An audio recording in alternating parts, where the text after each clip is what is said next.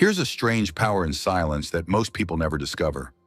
We live in a world overflowing with noise. Opinions shouted online, rushed conversations, endless justifications. And yet, it's often the quiet ones who hold the most influence. They don't speak to fill the air. They speak with purpose, and sometimes not at all. Because when you learn to control what you say, you're not just managing your mouth, you're mastering your mind. You see, the person who can remain calm in the face of chaos, who doesn't react impulsively, who chooses their words with care, that person becomes unshakable. And it's not about pretending to be wise or acting superior. It's about reclaiming your energy, protecting your peace, and refusing to let the world pull your strings like a puppet. Stoicism teaches us that speech is not just communication, it's action. It's a reflection of the soul. Words are not harmless. They build or destroy. They invite trust or provoke doubt. They can start wars or bring healing. That's why the Stoics warned, be silent most of the time, or say only what is necessary. So today we're going to explore something deeper than just talking less. We're going to explore how to speak with power, how to control the urge to over-explain, how to discipline your speech so that it aligns with who you really are, not with who the world pressures you to be. If you've ever said something and immediately regretted it, if you've ever felt like you talked too much when you should have stayed quiet, if you've ever felt drained from explaining yourself to people who don't even care, then this episode is for you. Not just to protect your energy, but to strengthen your character. Because the truth is simple. What you say shapes who you are. And when you speak with intention, the world listens differently. 1. Silence reveals the mind. There's something sacred about silence. Not just the kind that surrounds us in a quiet room, but the kind we choose. The deliberate pause. The moment where we stop ourselves from reacting. It's in that space that we meet ourselves. And most people never reach it. Because they're always speaking, always responding, always explaining. But the truth is this. The more you speak, the less you listen. And not just to others, but to yourself. Silence, when chosen, is not passive. It's active self-awareness. It forces you to slow down and observe not just what's happening around you, but what's happening within. What thoughts are rising? What emotions are tightening your chest? What narrative are you trying to prove? When you hold your tongue, the noise of the world fades, and the noise in your mind becomes louder. That's the first step to real self-control. And that's exactly why it's so difficult. We often mistake loudness for strength. In arguments, in meetings, in relationships, the loudest person seems like the most confident. But that's an illusion. Loudness is often just a mask for insecurity. It's the armor people wear when they fear being misunderstood or unseen. But a person who can sit in silence without feeling the need to explain, correct, or perform, that person is unshakable. That person knows their power doesn't come from convincing anyone. It comes from within. The Stoics understood this deeply. Epictetus said, "Let silence be your general rule, or say only what is necessary and in few words." He wasn't encouraging repression. He was teaching restraint, the kind that comes from strength, not weakness. In Stoicism, silence isn't about avoidance. It's about choosing your moment. It's about realizing that not everything requires your input, and not every opinion deserves your response. The world is filled with noise. Real power is knowing when to subtract your voice from the chaos. But this isn't easy. Silence is uncomfortable for most people. Why? Because it confronts the ego. When someone criticizes you, your first impulse is to defend. When someone misunderstands you, you want to explain. But the discipline of silence asks, who are you trying to prove this to? If your values are intact, if your purpose is clear, then what are you defending? The stronger your sense of self, the less you need to speak. This doesn't mean we never talk. It means we talk from alignment, not from reactivity. Imagine being in a conversation where someone insults you or challenges your beliefs. Instead of reacting, you pause. You take a breath. You let the silence stretch a little longer than usual. That moment may feel tense on the surface, but underneath, something powerful is happening. You are choosing to stay grounded. You are allowing their words to reveal them, not define you. In fact, the more silent you become, the more clearly you begin to see people. You start to notice who speaks from insecurity, who tries to dominate the room, who avoids silence at all costs. You begin to observe patterns not just in others, but in yourself. You catch the moments where you would have interrupted, the need to be right, the fear of being misunderstood, and slowly that awareness begins to change how you show up. You speak less, but with more impact. You say fewer words, but they carry weight, and that weight is what people remember. In a noisy world, silence is not weakness, it's confidence, it's mastery, it's presence, and perhaps most importantly, it's peace. Because when you no longer need to win every argument, explain every detail, or react to every trigger, you free yourself from a prison most people never see. You become less of a performer and more of a witness, not passive, but aware. Not silent because you're afraid. Silent because you've already won the battle inside.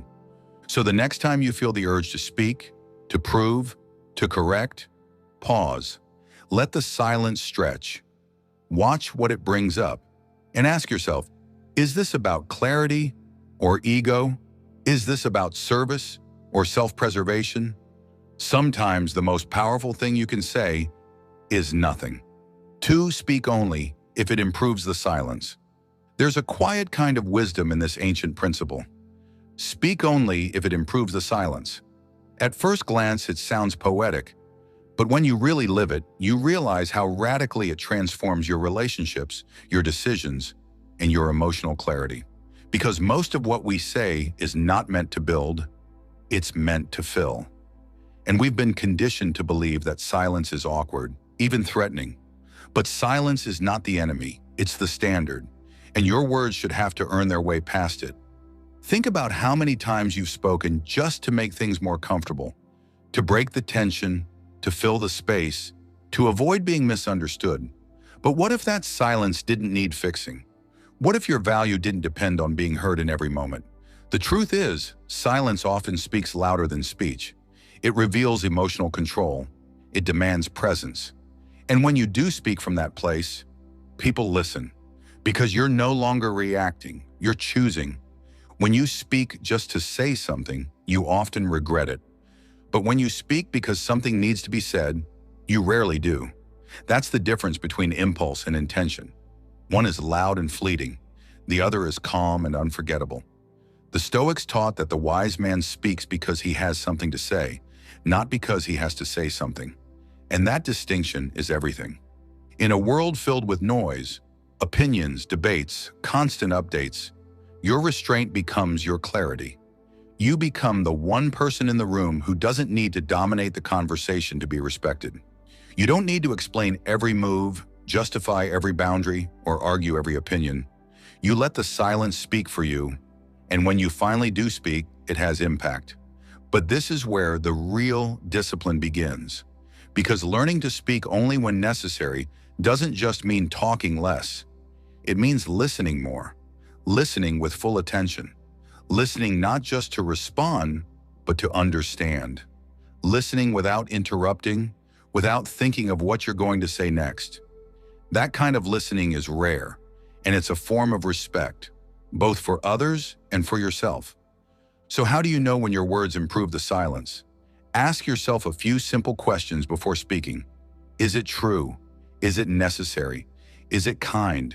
Is it useful? And perhaps most importantly, is it aligned with who I want to be? Because every sentence you speak is a vote for your identity. You're not just expressing thoughts, you're shaping character. Over time, you either become someone who speaks from clarity or someone who speaks to relieve discomfort. This principle applies especially when emotions are high. When you're angry, frustrated, or hurt, silence becomes even more valuable. In those moments, your words are sharp, they're reactive, and once released, they can't be retrieved. How many relationships have been damaged by a sentence that felt good in the moment, but left a scar for years? One pause could have saved all that. One breath, one refusal to fill the space. It also applies to social validation. So many people speak not because they have something valuable to offer, but because they're afraid of being invisible. They talk more to be liked, to be noticed, to stay relevant. But ironically, the opposite happens. The more you speak without value, the less weight your words carry. But when you speak only when necessary, with precision, intention, and presence, people pay attention. You don't need to chase respect, it finds you. To live by this principle is to reject the pressure to always respond, to embrace the idea that silence is enough, that your worth is not tied to how much you say, but how wisely you choose to say it. It's an internal shift, from needing to be heard to choosing to be meaningful. And that choice rewires your life. So the next time you're about to speak, pause for just a second and ask, is this really better than the silence I'm about to break? If it is, speak with power. If it's not, stay silent and let that silence strengthen you. 3, don't be a slave to reaction. There's a brief space, barely noticeable, between what happens and how you respond. That space is everything. It's the birthplace of your power, your peace, your self-respect. But most people never find it. Why? Because they're not responding. They're reacting. Instantly, emotionally, automatically. And the moment you start living like that, you hand your power to everything around you. Being reactive means your mood belongs to your environment. It means someone's tone can ruin your day. A comment can shake your confidence. A delay can break your focus. That's not strength, that's slavery. It's like being a puppet, and the strings are held by every stranger, every opinion, every little inconvenience that crosses your path. You say things you don't mean. You make decisions you regret. You look back and wonder, why did I let that get to me? It's because in that moment, you weren't in control. Your emotions were. Stoicism teaches us that freedom is not found in what happens, but in how we interpret and respond to what happens. Marcus Aurelius said, if you are distressed by anything external, the pain is not due to the thing itself, but to your estimate of it. And this you have the power to revoke at any moment. That quote isn't just philosophy, it's survival. It reminds you that your interpretation, not the event, decides your experience. And that means you are never powerless unless you choose to be. But this doesn't mean you suppress how you feel. Stoicism isn't about pretending to be emotionless. It's about being emotionally mature, about recognizing your anger without becoming it, about noticing your fear without obeying it, about seeing your impulse and letting it pass. Reactivity is immediate. Wisdom is delayed. The wise person pauses, they breathe, they observe, and then they choose. Not what feels good, but what's aligned with their principles. Every time you react without thinking, you're training your nervous system to be more impulsive. But every time you pause, even for a second, you're building inner space. Space where logic can enter, where perspective can grow, where you can ask, is this worth it? What would the stronger version of me do right now? That space is where transformation begins. And the more you practice it, the easier it gets. You start to notice triggers before they grip you. You start to anticipate your old patterns. You begin to rewrite your own emotional code. You realize that no one can make you feel inferior, angry, or helpless unless you allow it. And that realization is life-changing. Let's be clear, reacting feels good. In the moment, saying the harsh comeback, sending the impulsive message, raising your voice just to feel in control. But it never lasts. What lasts is the regret, the consequences, the internal damage of stepping out of alignment. That's the price of reactivity, and it's never worth it. On the other hand, response is quiet, it's calculated. It doesn't always feel good in the short term, but it feels right afterward. You walk away proud of how you handled it. You preserved your peace, your dignity, your integrity, and that pride builds something stronger than any reaction ever could. It builds character. So the next time something provokes you, a person, a message, a moment of disrespect, remember this. You are not obligated to react. You don't have to defend yourself, correct them, prove your worth. You are allowed to pause, to walk away, to breathe. That is not weakness. That is self-mastery. That is power. 4. Restraint is a superpower. In a world that idolizes expression, it's easy to forget the rare and underrated strength of restraint. We're told to say how we feel, speak our truth, never hold back. But there's another kind of power, quieter, deeper, that comes not from what you say, but from what you choose not to say. And in that space of restraint, you find real control, not over others, but over yourself. Most people equate silence with weakness. They think that if you don't respond, you're being walked on. If you don't argue back, you've lost. But the opposite is true. When you don't rise to every provocation, when you choose not to react, not to vent, not to unload your emotions in the heat of the moment, that's not weakness. That's mastery. It's the kind of control that makes people wonder how you stayed calm and respect you even more because you did. Because let's be honest, it's easy to talk. It's easy to rant, complain, snap back.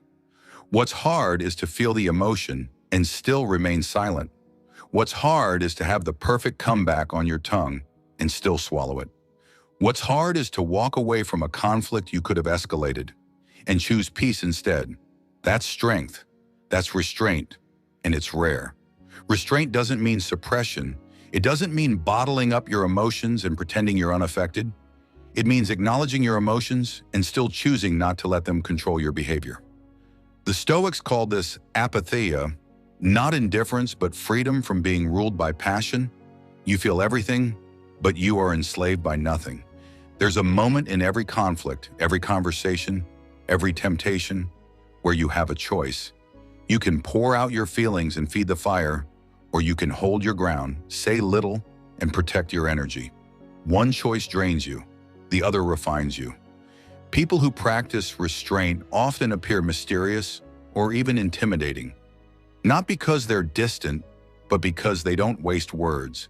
They don't need to prove anything. Their silence says, "I know who I am." Their calm says, "I'm not here to entertain drama." That quiet confidence isn't loud, but it's felt. And here's the truth. The more restraint you develop, the less external validation you need. You don't need to be understood all the time. You don't need to be liked by everyone. You don't even need to explain your boundaries. You're content being misunderstood if it means keeping your peace. That's the kind of freedom most people never experience. But it takes practice. It starts in the small moments.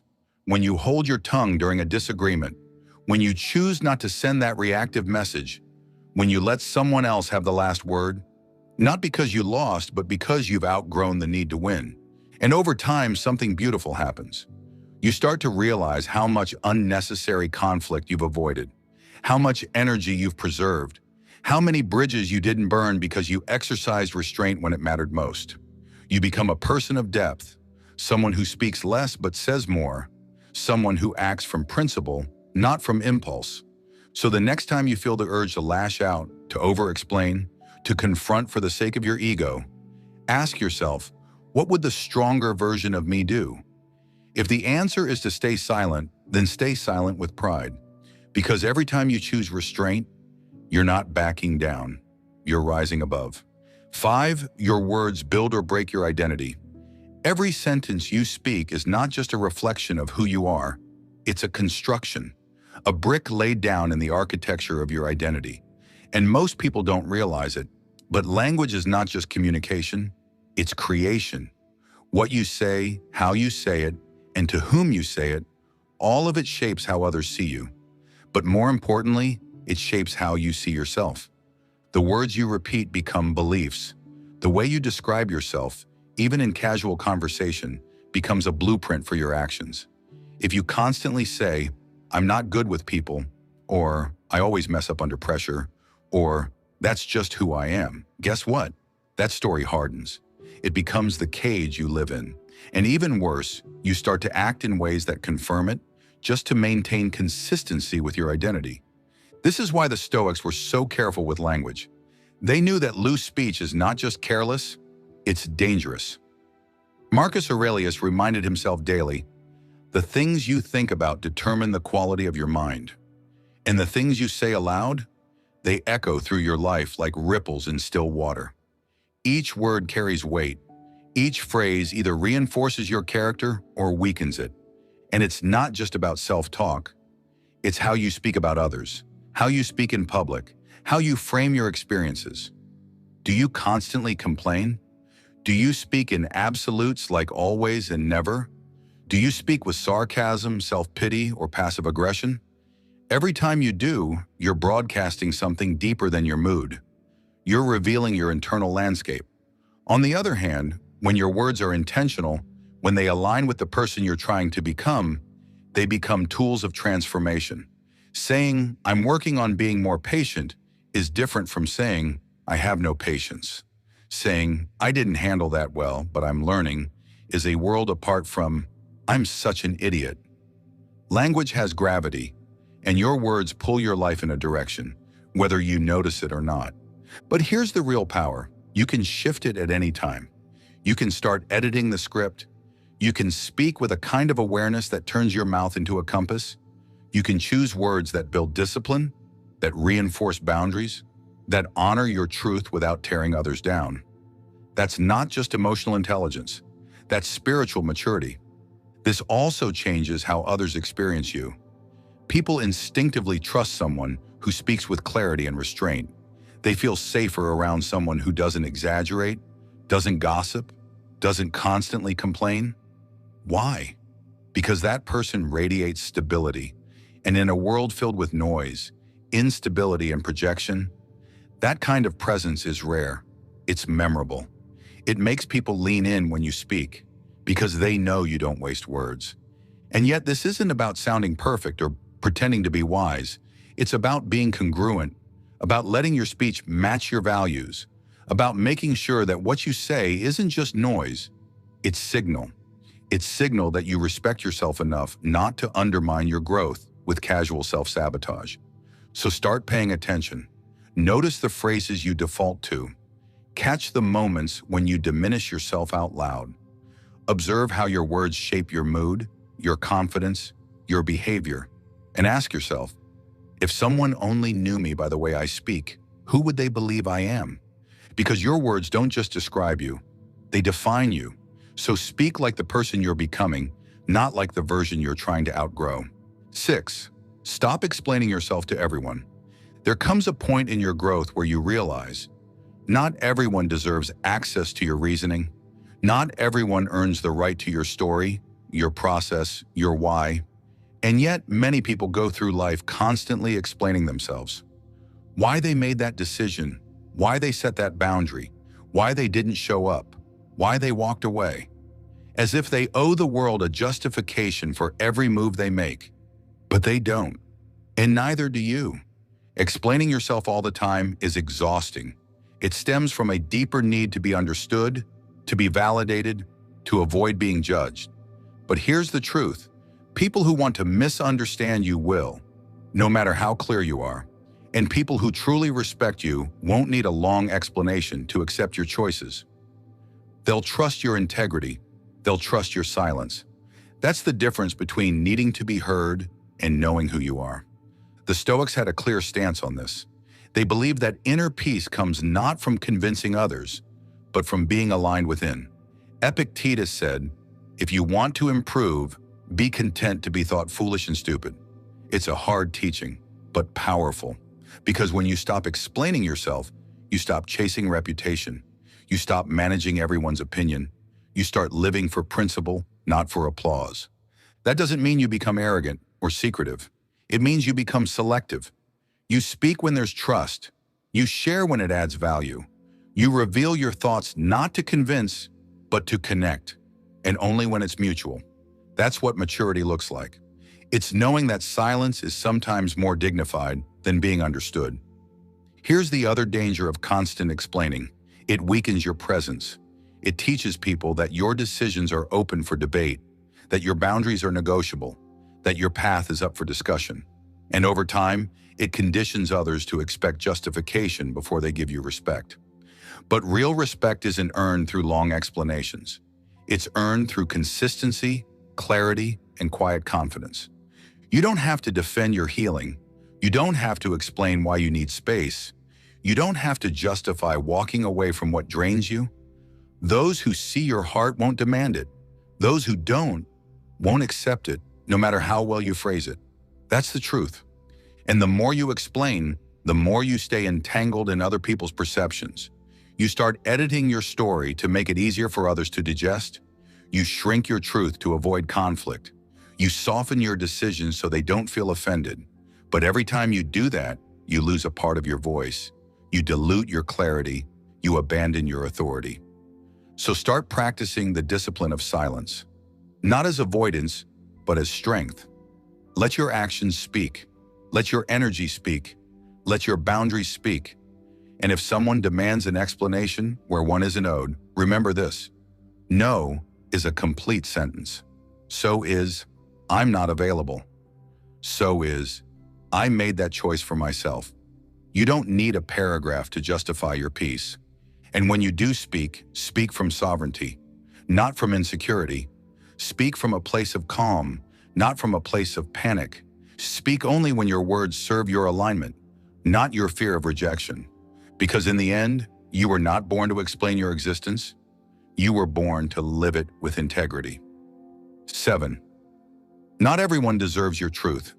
There's a quiet tragedy in sharing your truth with someone who can't hold it. You open your heart, you speak honestly, you reveal something sacred, and instead of being met with care, you're met with dismissal, judgment, or silence. And in that moment, you don't just feel misunderstood, you feel betrayed by your own vulnerability. That's why one of the most important lessons you'll ever learn is this: not everyone deserves your truth. We often treat openness as a moral obligation, as if sharing everything is the highest form of authenticity. But it's not. Authenticity isn't about exposure. It's about alignment. It's about knowing who you are and choosing carefully when, where, and with whom to share it. Because your truth is not a public broadcast. It's a sacred fire, and it must be protected. The Stoics understood this. They taught that emotional strength is not found in how much you share, but in how wisely you guard your inner life. Just because something is true doesn't mean it's meant for everyone. Truth in the wrong hands becomes weaponized. People twist it, use it, mock it, diminish it. Not because your truth is weak, but because they are not strong enough to receive it, and it's not always malicious. Some people just don't have the depth to hold what you carry. They haven't earned your story. They haven't built the trust. They haven't proven they'll treat your words with respect. And yet we keep oversharing, with friends who gossip, partners who invalidate, family members who can't see past their own wounds. Why? Because deep down, we crave connection. We want to be seen, heard, understood. But if you keep giving your truth to people who aren't ready for it, you'll keep getting burned. This doesn't mean you become closed off or emotionally distant. It means you become discerning. You learn the difference between healthy vulnerability and emotional leakage, between sharing to connect and sharing to seek approval. You stop giving people pieces of yourself just to feel less alone, and start giving only where there's mutual depth. Your truth deserves a sacred container, a place where it's met with silence, with listening, with empathy, not interrogation or doubt. And until you find those spaces, it's okay to remain private. It's okay to say, I'm not ready to talk about that. It's okay to keep parts of yourself tucked away, not out of fear, but out of respect. Not everything needs to be said. Not everything needs to be explained. Some things are just yours. And here's what happens when you live this way. You begin to reclaim your energy. You start filtering who gets access. You no longer bleed emotionally for people who never deserve to witness your depth. You stop throwing pearls to those who can't tell the difference between treasure and noise. So ask yourself, who really honors your truth? Who listens with presence, not with a reply already loading in their mind? Who holds space for your complexity without shrinking it down into a simple label? That's who gets your truth. The rest, let them meet your boundaries, your silence, your distance. Because not everyone deserves access to the most sacred parts of you. And when you understand that, you stop confusing being private with being weak, and you start seeing it for what it really is. Self-respect. 8. Discipline your speech, internally and externally. Most people think of discipline as something external, controlling what you say to others, biting your tongue, managing how you speak in public. But true discipline in speech begins long before words ever leave your mouth. It starts inside, with how you speak to yourself. Your internal dialogue is the first voice you hear and the one you hear the most. If that voice is critical, chaotic, or reactive, it doesn't matter how carefully you present yourself to the world. Eventually, that inner chaos will bleed into your outer words. And the inverse is also true.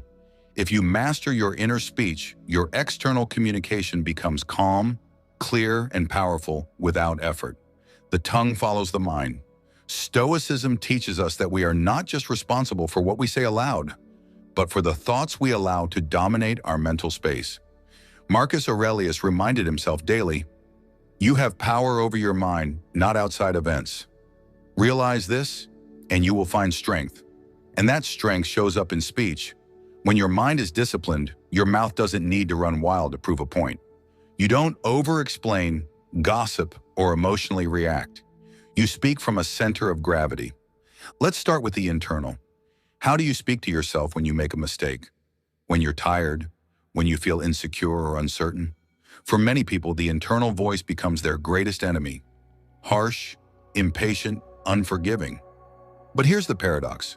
If your self-talk is aggressive, your speech to others will eventually reflect that aggression, even if it's passive, subtle, or disguised as sarcasm. Disciplining your speech internally means creating a climate of respect inside your own mind.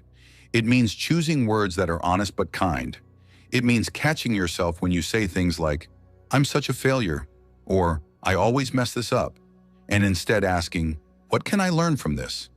It's not fake positivity, it's mature self-regulation. Now externally, this is where most people collapse. They speak to fill silence, to relieve discomfort, to dominate, or to validate themselves. But speech is not noise, it's intention. Every word you speak is either building something or breaking it. So you must learn to hold your words as tools, not weapons, especially in moments of conflict, especially when emotions are high. Discipline means you don't say the first thing that comes to mind. You wait for the right thing. You don't respond to insult with insult. You don't correct just to be right. You don't spill emotions into spaces that cannot contain them. You develop the strength to withhold until you can deliver with clarity and purpose. And the result? You start to trust yourself. You know you won't betray yourself with impulsive reactions or careless statements. You become someone others trust too.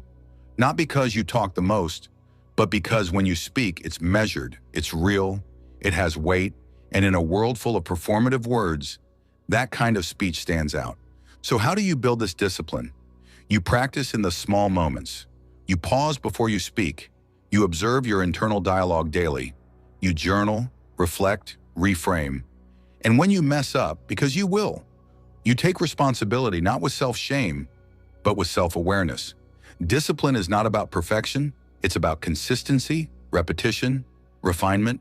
Because the way you speak to yourself and others is not just about communication, it's about character. And every time you choose restraint over reaction, clarity over chaos, truth over comfort, you're not just managing your speech, you're shaping the person you're becoming. 9, use fewer words with more weight. In a world drowning in conversation, there is a rare kind of strength in speaking less, not out of fear, not out of passivity, but from the calm confidence that you don't need many words to say something meaningful. In fact, the most powerful statements are usually the shortest. "I understand." "No." "That's enough." When words are few, they're felt more deeply. They land heavier. They stay longer. The Stoics didn't waste breath. Their writings are famously concise, not because they lacked ideas, but because they respected language. They believed that a disciplined mind produces disciplined speech. Seneca said, "Speech that's restrained shows wisdom." And in modern life, that principle couldn't be more relevant. Because in every conversation, every argument, every debate, the person who speaks least but says the most commands the most respect. Using fewer words isn't about being mysterious or manipulative. It's about being intentional. It's realizing that the more you say, the more you risk diluting your message. That when you ramble, explain, justify, overtalk, you start losing the listener. Not because your message isn't important, but because your delivery is scattered. Your words should be like arrows, direct, clear, and necessary. Let's be honest. Many of us talk too much because we fear silence. We fear being misunderstood. We fear that if we don't keep explaining ourselves, people will get the wrong idea. But here's the truth. If someone's going to misunderstand you, they'll do it whether you speak for 5 seconds or 5 minutes. And those who truly understand you don't need paragraphs. They feel your intention in a single sentence. Speaking with weight means taking full responsibility for every word you use. It means replacing noise with presence. It means practicing the art of saying just enough, not to impress, not to perform, but to connect, to impact, to lead. You'll notice something powerful when you begin living this way. People will lean in when you talk, not because you're louder, but because you're deliberate. They'll sense that when you speak, it matters, that you've thought it through, that you're not speaking from emotion or ego, but from clarity. And that makes you a presence to be respected. This discipline also trains your thinking. When you commit to saying less, you begin to think more carefully. You analyze before you speak. You become more precise in how you express yourself. You cut out the filler, the nervous oversharing, and what's left is sharper, cleaner, stronger. And it applies to every part of life, relationships, leadership, even conflict. In arguments, the person who can stay calm and speak with precision often holds more authority than the one who shouts or rambles. In leadership, the one who communicates clearly, simply, and powerfully inspires more trust than the one who uses flashy language but says little of substance. And in relationships, your ability to express emotion without over-explaining shows maturity, not coldness. So here's a challenge. The next time you feel the need to say more, pause. Ask yourself, can I say this with fewer words and more clarity? Try to trim the excess, strip away the noise. Let your message be strong, not because it's long, but because it's true. Because in the end, it's not how much you say that defines your presence. It's how deeply your words are felt. And when your words carry weight, your silence becomes even more powerful. 10. Speak to build, not to impress. There's a fundamental shift that occurs when you stop using your words to impress people and start using them to build something real. Most conversations today are filled with performance, not presence. People speak to sound intelligent, to seem interesting, to prove their value. But behind all that cleverness is often insecurity, the need to be seen, the need to be praised, the need to be liked, and that need pollutes your speech. When you speak to impress, you exaggerate, you embellish your stories, you dominate conversations just to be remembered.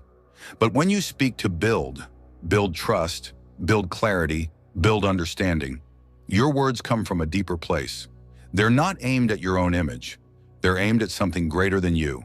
And that's when people start to truly listen. The Stoics were never concerned with impressing others. They spoke with simplicity, humility, and focus. Marcus Aurelius, an emperor with more power than almost anyone in history, wrote to himself daily in plain, raw language. Not to sound wise, but to become wise. He understood that speech isn't about performance, it's about principle, that your words should serve your values, not your vanity. So how do you know the difference between speech that builds and speech that seeks applause? You feel it. One leaves you grounded, the other leaves you drained. When you speak from truth, even if it's uncomfortable, there's a sense of peace afterward.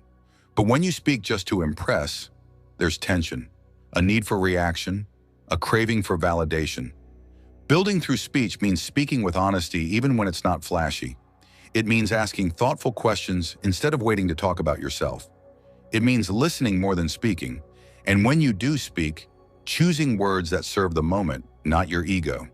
It's not about being passive, it's about being intentional. This principle becomes especially important in leadership, in relationships, in teaching, in influence. People don't follow the loudest voice, they follow the clearest one. They don't remember how brilliant you sounded, they remember how you made them feel. Did your words create understanding, peace, insight, or were they just noise dressed in confidence? And here's what's ironic. When you stop trying to impress others with your words, you become more impressive. People feel your authenticity. They respect your calm. They trust your presence. You stop chasing attention and start attracting respect. Not by trying harder, but by aligning deeper. This mindset also protects you from manipulation, because when you're not trying to perform, you're harder to provoke. You're less reactive. You speak from purpose, not pressure. You don't respond to bait. You don't fall into unnecessary debates. You don't feel the need to win every conversation. You're there to connect, not compete. So the next time you feel the urge to speak in a way that garners attention, stop. Ask yourself, am I speaking to be seen or to create something meaningful? Am I adding value or just adding noise? That one moment of awareness can change everything, because ultimately your voice isn't just for you. It's a tool for connection, for truth, for growth. And when you use it to build, not to impress, you create something far more powerful than admiration. You create impact. 11. Practice the art of the pause. In a world that moves too fast, speaks too loudly, and reacts too quickly, the pause becomes an act of quiet rebellion. It's simple, but it's not easy. Pausing before you speak requires strength. It demands presence. It calls on you to interrupt your own reflexes, to hold back your tongue when your ego wants control. But in that moment of stillness, a different kind of power emerges. Not the power to dominate, but the power to direct. Pausing doesn't mean weakness or hesitation. It means you're not a slave to impulse. It means you're not reacting on autopilot. It means you're allowing yourself to choose instead of explode. That's rare. That's disciplined. That's stoic. Seneca wrote, "The greatest remedy for anger is delay." He wasn't just speaking about rage. He was speaking about the space that gives you freedom. The gap between stimulus and response where your highest self gets to intervene. How many times have you said something you regretted? Not because you meant it, but because you didn't pause. 1 second could have saved a relationship, preserved your dignity, prevented a conflict. 1 second. But you rushed, you reacted. You spoke before you saw clearly. That's the cost of living without the pause. And that cost is steep. When you practice pausing, even for just a breath, you create space for wisdom to enter. You get to ask yourself, what am I really feeling right now? Is this anger or is it insecurity? Is this a truth I need to speak or just a reaction I want to release? That space makes all the difference between a conversation that heals and a conversation that breaks. And it's not just about emotional moments. Even in everyday speech, the pause has power. It gives your words rhythm. It gives your listener time to absorb. It gives your message gravity. Great speakers, great thinkers, great leaders, they all master the pause because they understand that silence is not empty. It's pregnant with meaning. It builds anticipation. It shows control. But perhaps the most transformative part of the pause is how it trains your mind. The more you pause before speaking, the more you become aware of your patterns. You start to notice your emotional triggers. You catch the sarcasm before it escapes. You sense the tension building, and instead of releasing it recklessly, you ground yourself in it. That awareness changes everything. This is especially important in relationships. The pause allows you to hear what's really being said, not just the words, but the emotion underneath. It gives you the chance to respond from compassion, not ego. It turns arguments into understanding. It teaches you to see, not just react. So how do you practice this in real life? Start small. Before replying to a message, pause. Before responding in a conversation, pause. Before making a point in a meeting, pause. Just breathe. Let the silence stretch longer than usual. You'll feel the urge to fill it, but don't. Let it work for you. And with time, the pause becomes your power. It becomes the mark of your self-mastery. People will feel it. They'll notice your presence. They'll sense that you don't rush your words, because your words matter. So the next time you're on the edge of speaking, stop. Even if just for a second. Give yourself the gift of clarity. Let your words come from choice, not compulsion, because a moment of silence today can save you 1,000 words tomorrow. 12. What you don't say reveals who you are. In a time when everyone is speaking, online, in meetings, and passing moments filled with noise, what you don't say begins to speak louder. There's a silent kind of authority that surrounds someone who chooses not to say everything they think, feel, or know. It's not secrecy. It's not repression. It's intentionality. It's the understanding that self-control isn't just about what you say. It's about what you leave unsaid.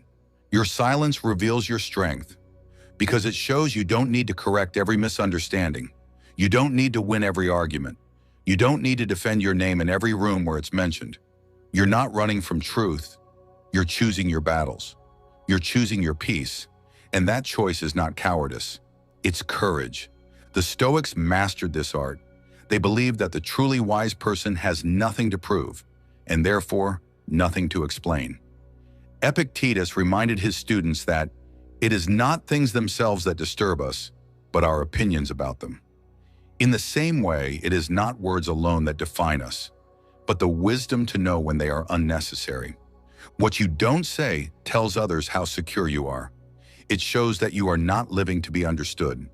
You're living in alignment with your values. You're not desperate for attention. You're not thirsty for validation. You're rooted, grounded, focused. And that quiet focus is more powerful than any clever words could ever be. But this discipline isn't just for how you deal with others. It's for how you deal with yourself.